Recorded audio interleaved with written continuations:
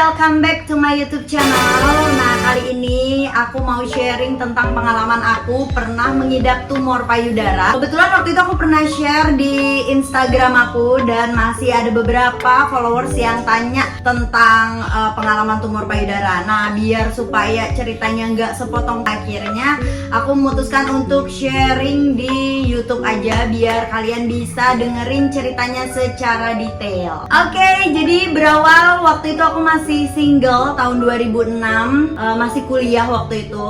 Aku lagi nonton TV dan gak sengaja lagi tiduran, terus kepegang daerah payudara. Terus kok ada benjolan, langsung lari nyamperin ibu, terus histeris karena kok ini payudaraku ada benjolan gitu kan. Terus oke tenang gitu kata ibu aku, yaudah kita cek dulu ke Yayasan Kanker Indonesia di daerah Simatupang, TB Simatupang. Nah, di situ kayaknya agak serem ya bahasanya Yayasan Kanker Indonesia, cuma ternyata di situ bukan cuma kanker tapi lebih ke ada kayak pengecekan awal kayak USG, mamografi kayak gitu-gitu. Akhirnya aku di USG kalau nggak salah ya namanya. Nah, ternyata tumor payudara aku udah ada sekitar 3 kayaknya. Jadi dia tuh beranak pinak, terus agak kecil, ada yang gede gitu. Jadi udah 3.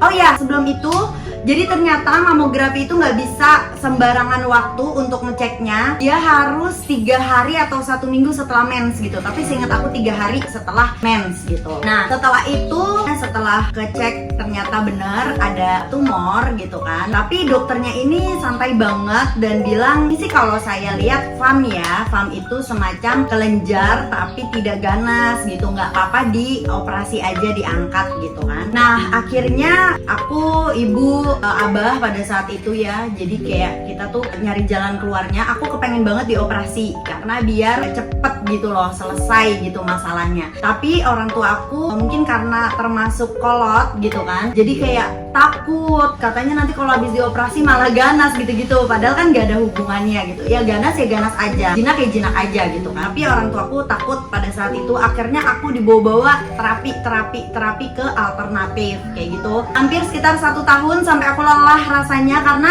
di alternatif itu 1 minggu sekali minum jamu lah, terapi energi lah, apalah. Dan itu lelah, padahal waktu itu aku masih kuliah. Jadi rasanya tuh kebagi-bagi antara aku ngurusin kuliah aku sama bolak-balik ke tempat terapi gitu kan. Akhirnya aku nangis waktu itu, terus aku bilang sama ibu, capek gitu loh, aku pengen banget operasi gitu biar cepet kelar gitu. Nah, akhirnya ya udahlah, ibu aku karena melihat aku udah nangis, udah capek alternatif, akhirnya aku dibawa ke satu rumah sakit yang ada dokter bedahnya. Kita bawa USG-an waktu itu yang setahun lalu gitu, jadi udah agak lama tuh ya. Nah, terus akhirnya kita janjian buat ambil tindakan operasi. Nah, waktu itu karena nggak ada kamar, rumah sakitnya full, akhirnya aku minta langsung pulang. Yap, ciamik banget, langsung pulang habis operasi, padahal operasinya tuh tergolong bius total kayak gitu-gitu kan. Nah, terus sebelum operasi dokternya sempat bilang kalau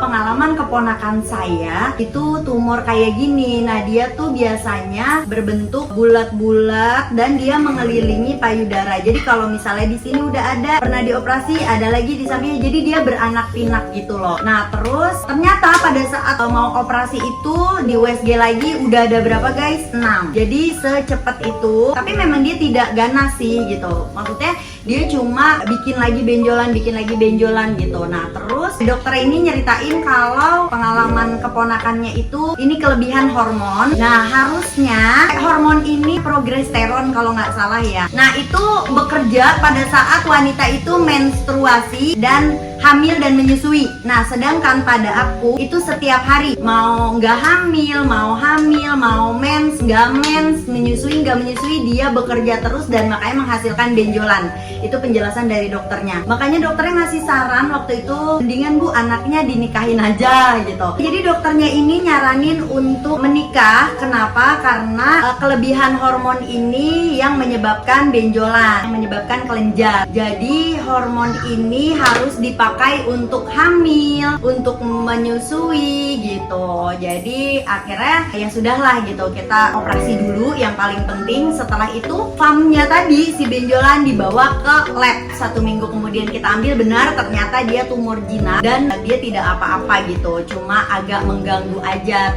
Mengganggu itu dalam arti kata kayak dipegang, diraba, itu ada benjolannya gitu.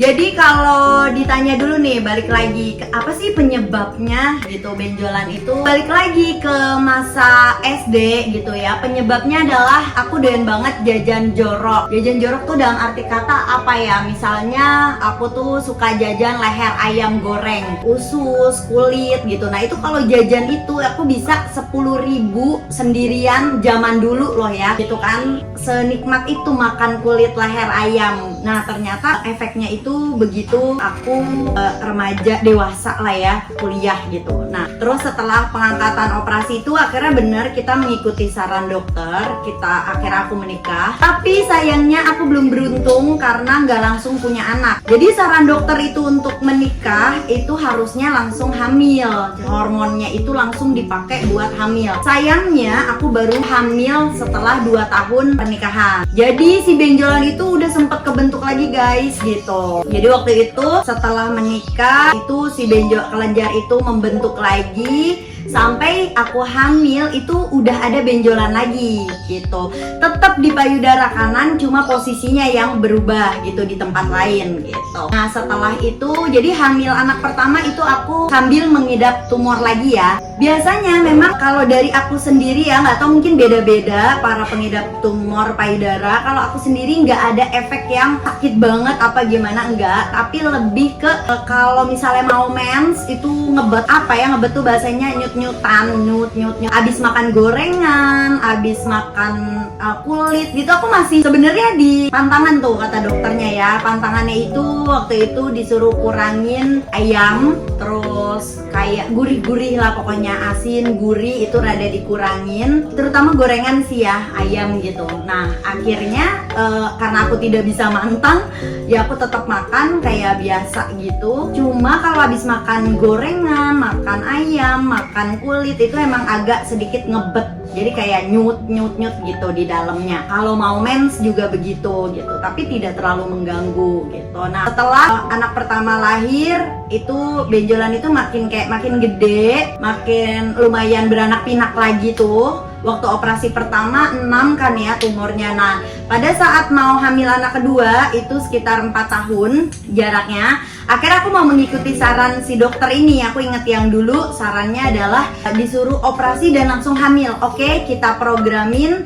aku mau hamil anak kedua, kita operasi dulu gitu kan. Aku mau hamil anak kedua dan kita operasi dulu. Jadi waktu itu aku operasi bulan November. Alhamdulillahnya Januari itu aku langsung hamil. Operasi kedua itu tumornya kalau nggak salah lebih sedikit sih, cuma 4. Kalau operasi pertama waktu masih single itu 6 tumor ya. Nah abis itu setelah hamil terus aku menyusui, jadi dalam keadaan clear gitu di payudara, terus langsung hamil dan menyusui. Dan sampai sekarang aku udah punya anak 3 dan itu udah aku hamil anak kedua itu 2014, itu sampai sekarang 2022 itu aku cek itu tidak ada lagi tumor. Apakah dokter itu berhasil ngasih sarannya? Bisa jadi ya. Jadi kayaknya memang kelebihan hormon itu pada aku ya, nggak tahu setiap orang mungkin beda. Kalau pada aku itu memang kelebihan hormon. Jadi hormon progesteron pada wanita.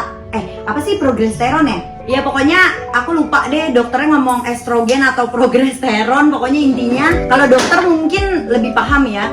Intinya ketika wanita lain itu hormon itu bekerja pada saat mens, hamil dan menyusui. Nah di aku itu dia setiap hari. Nah makanya untuk mematikan biar nggak terlalu aktif si hormonnya ini, jadi harus digunakan nih hormonnya bisa pada saat hamil atau menyusui, seperti itu. Nah untuk teman-teman, saran dari aku sebagai orang yang pernah mengidap tumor payudara, itu alangkah baiknya kita aware sama badan kita sendiri, lakukan pengecekan. Caranya itu gampang banget, cuma angkat tangan, terus cek raba-raba gitu, raba-raba, dan itu tapi nggak sembarangan waktu juga.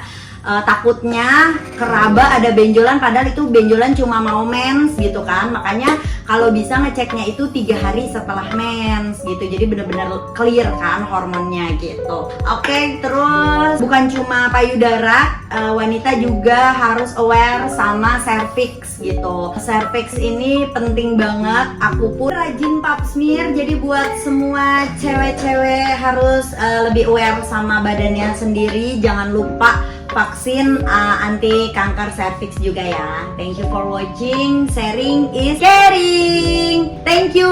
Dadah.